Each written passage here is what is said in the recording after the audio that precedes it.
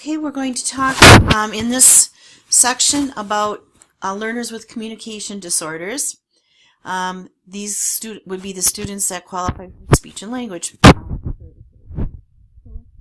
At the different definitions that come into play when we're considering this. First of all, just some general definitions about terms that are going to be used, and we need to have a common understanding of these terms. So when we talk about communication includes any process, sharing of information.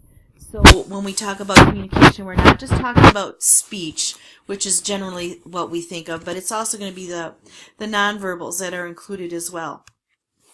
So when someone has a communication disorder, they may have an inability or difficulty with production, which is speech, or they may have a difficulty with creation, which is coming up with the language.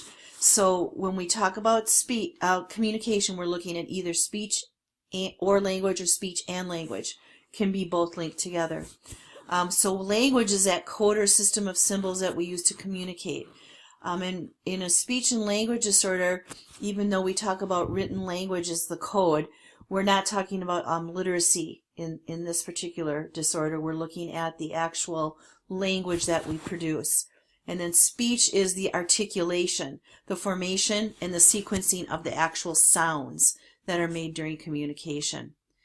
So when it comes to prevalence on speech and language communication disorders, we're talking about 5% of school-age children are going to need some form of speech or language support. Speech support. These would be the articulation disorders that I'll be talking about. About 1% of them have language processing issues in which they have difficulty with the syntax and the formation. And I'll kind of go into a little more detail about these, the differences between speech and language. Again, it's a little more, there's not as much criteria when it comes to speech and language, although there's more specific criteria than the observation that we saw with ASD. There are assessments and tools that are used to kind of determine the level of severity. That being said, speech-language therapy is probably one of the most frequently provided services, especially between the grades of, early pre-primary through till about 5th grade. We can still see some kids in 5th grade in speech and language, but it's pretty rare. It's much more of the primary and early elementary years.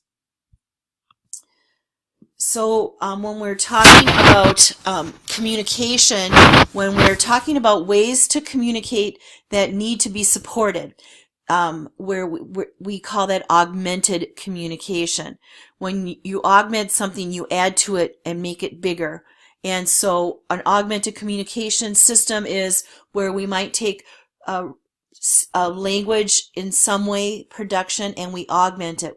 That might be by using a technology to do so, or it could be even an alternative communication, could be something like sign language. So they don't produce the oral sounds necessarily, but they produce communication. When a child has a speech disorder, as I said before, this is an impairment in the oral language, the production. We'll see this in articulation and modulation, those kinds of things. Where you have a language disorder, it can go one or both ways, where you have difficulty understanding the language, or you have difficulty using the language, and obviously those two could be, it could be both, or it could be prevalently more one than the other, but usually they're impacted by each other, so it's hard to tease them out as separate. When we're talking about going back to speech disorders, when you come to definitions there, when we're talking about phonology, that's the production of sounds. P goes P, B goes B. That's a phonology issue. Morphology is the ability to follow the rules that we have with language, such as shifting verb tenses from present tense to past tense, putting the proper suffixes or prefixes on words. Those are morphology rules. Syntax, and when you're talking about morphology, we're talking about words, single word organization rules, or when you're talking about syntax, The difference is there is that it's at the sentence level, so that we're looking at how they organize a sentence. Whereas in semantics, it's attaching meanings to words and concepts. And the pragmatics of language is when we use language to accomplish a social purpose. Sometimes the pragmatics for language are going to change based on the situation. So when we have the pragmatic of language that we use in the classroom when we're having an academic discussion is quite different, even though it's a social type of behavior, is much different than we would use language for if we were out to eat, having dinner with our family. The pragmatics are different. We do, with everything that we think about when we are talking about disability, we always have to bring in the cultural aspect of things. And in this case, when it comes to communication, we have to understand that dialects are going to affect language as well. Things like eubonics, where the language is English but a variation of English, or when we have dialects that come from regional areas such as the South, or in Minnesota we have our dialects, as people would say. It reflects our culture and sometimes can interfere with the ability for people to communicate effectively because of the dialects. So we do have to keep that in consideration when we're looking at language, but we don't necessarily consider that a disability.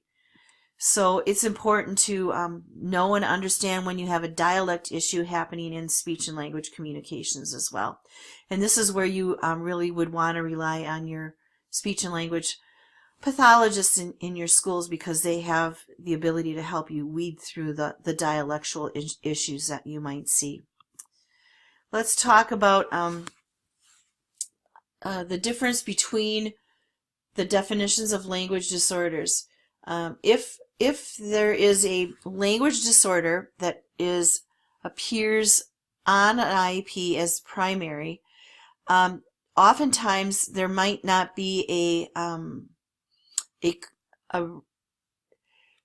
there could be that there's no real reason to understand why that issue is happening. Sometimes a language communication issue comes because there's a misstructure, a malstructure in the mouth or tongue. For example, students with Down syndrome are known to have, we call it strawberry tongue. It's much fatter than most tongues, and can interfere with their ability to articulate correctly. And sometimes there's even been surgical interventions for students that have the malformation of their tongue, or their tongue doesn't quite fit in their mouth the way it should. So then that's a specific cause for a language issue. And other times there's really no known cause. It's simply development. It could be very much developmental. When we use the term early expressive language delay, that's exactly, the delay is the key part there. This is indicating that there's something developmental that's creating issues for the student.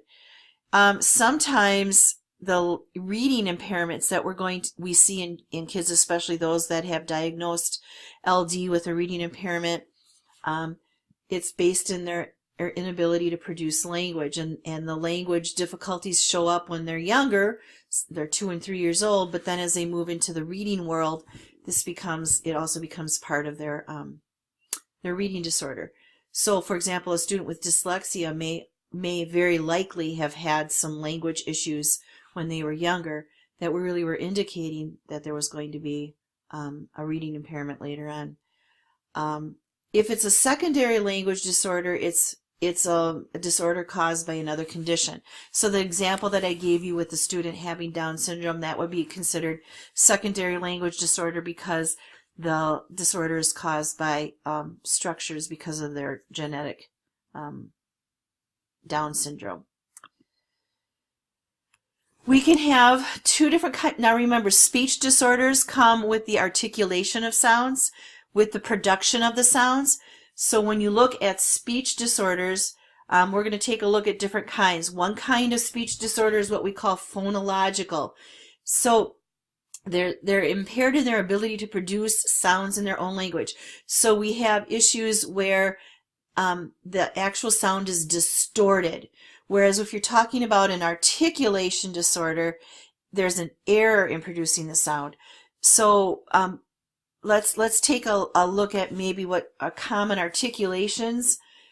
You can have an omission where they forget to put a letter in.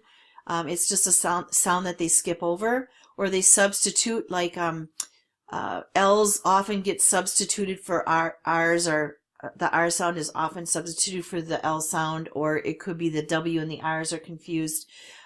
Or they add a sound.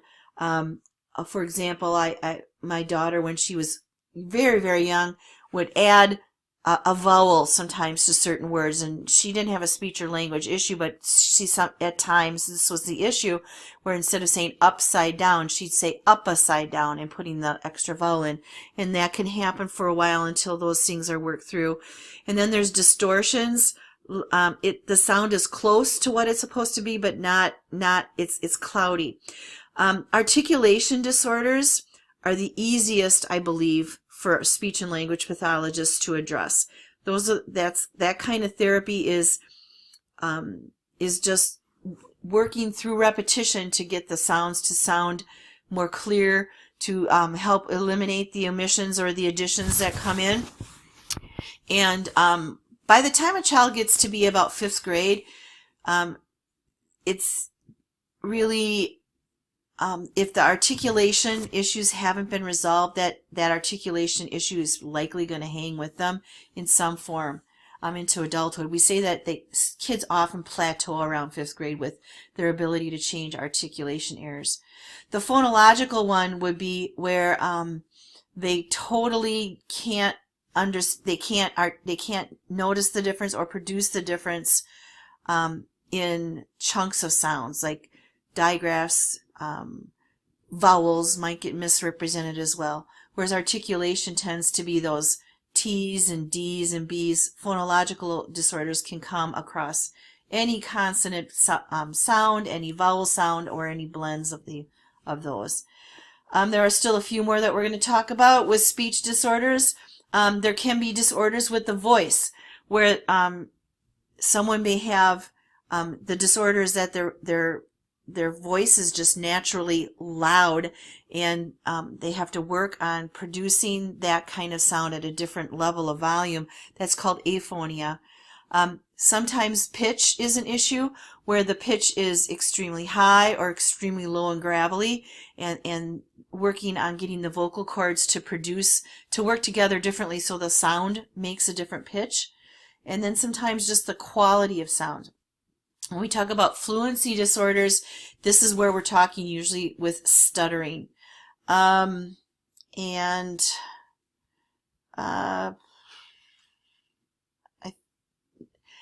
disfluency might also be more of an issue with the rhythm that somebody uses when they're producing their fluencies. They read fast, slow, or they might actually speak super fast. And then that sort of muddles their articulation as well. Or they could talk super slow, which might also, in the end, ruin their ability for people to comprehend their message because it doesn't string together appropriately. With motor speech disorders, this is the motoric aspect of it, where the tongue or the muscles on the side of the jaws, the lips, don't quite work, and we have arrhythmias or apraxias. I've most often heard of motor speech disorders called one thing, which is apraxia or dyspraxia, where there's an inability to make the mouth and the tongue work all together, and it's a muscle issue. Educational considerations when you have students with speech disorders that we were talking about is you have to give them lots of opportunities to feel safe using language And mostly that occurs in social situations where you can get them into small groups where they're able to talk more comfortably and use their language. It's important to also have speech therapy as naturalistic as possible. So oftentimes speech therapists like to come in and facilitate conversations with students that are having speech issues with other students so that they can practice their speech and work on their strategies.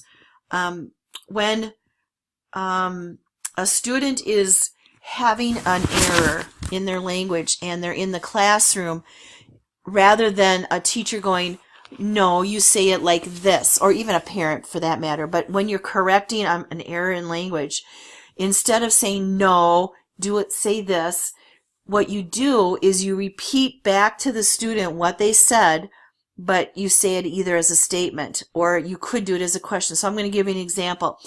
If a student said, I don't know, you might say, you don't know?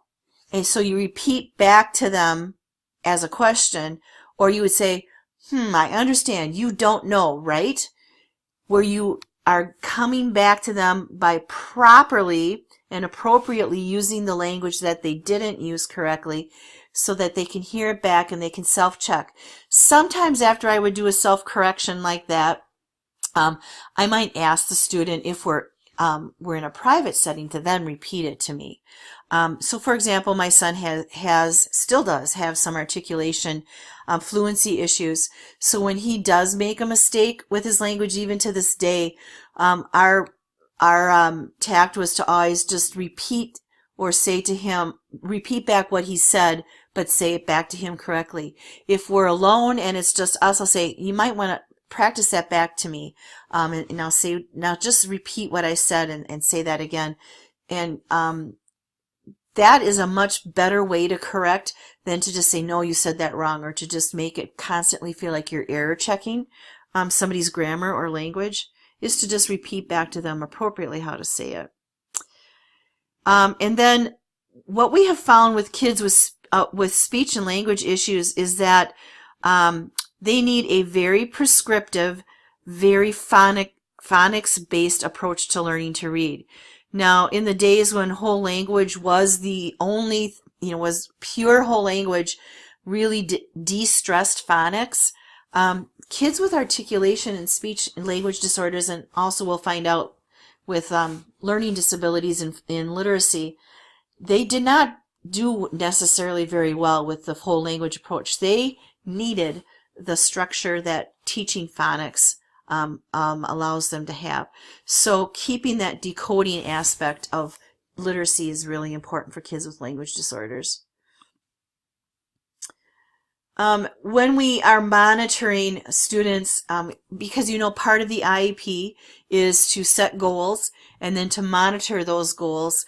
When we monitor kids and look for progress when they're on an IEP for speech and language, the assessment isn't so much a test that we give over and over again, but instead what we're doing is we're keeping logs, we're recording their actual use of the language. So we learn to observe, we learn to, assess in a more naturalistic way by conversations. So we keep in mind what they talk about, how they talk about it, how they function with language in their social groups and community. And so we call this dynamic assessments. And a dynamic assessment is using the natural environment to see how the child is using language. And then we kind of refer to this, the Vygotsky zone of proximal development. We see where they're at, and then we support and scaffold them to get to the next level of using that language. When I talk about curriculum-based language, when we use any kind of discussion of curriculum-based assessments, that means that we assess within the school's curriculum. So we are very, again, naturalistic about assessing progress on kids with language and communication disorders.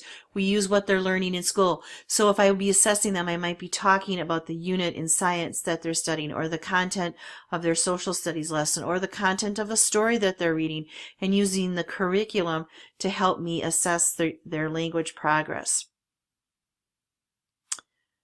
Okay, so that is what I have for speech and language communication disorders. With Chapter 10, you'll want to read through that and work on the Chapter 10 discussion questions. I am going to be putting up on Moodle also my suggestions for what your responses should have been for the Chapter 5 reading guide, which was the DCD questions. And I'm also going to put up a separate video and you can go through the Chapter 9 ASD questions and the Chapter 8 questions that I'll be putting up as well for EBD. I'm going to put up Chapter 5 this week, and then next week, early next week, I'll put up Chapters 9 and 10 so that you can go through the reading guide questions that you answered and submitted for each of these chapters, and then kind of look at your answers compared to what I think the answers will be. And the reason I want to do this is to give you some feedback because some of these questions will appear on the test that's going to be coming up in a week or so. So it's totally optional if you want to listen to those, but I would suggest that you go through them. I'll go through each question and what I think an appropriate response would have been for those. All right, everyone, this is the end then of the Chapter 10 Speech and Language Communication Disorders.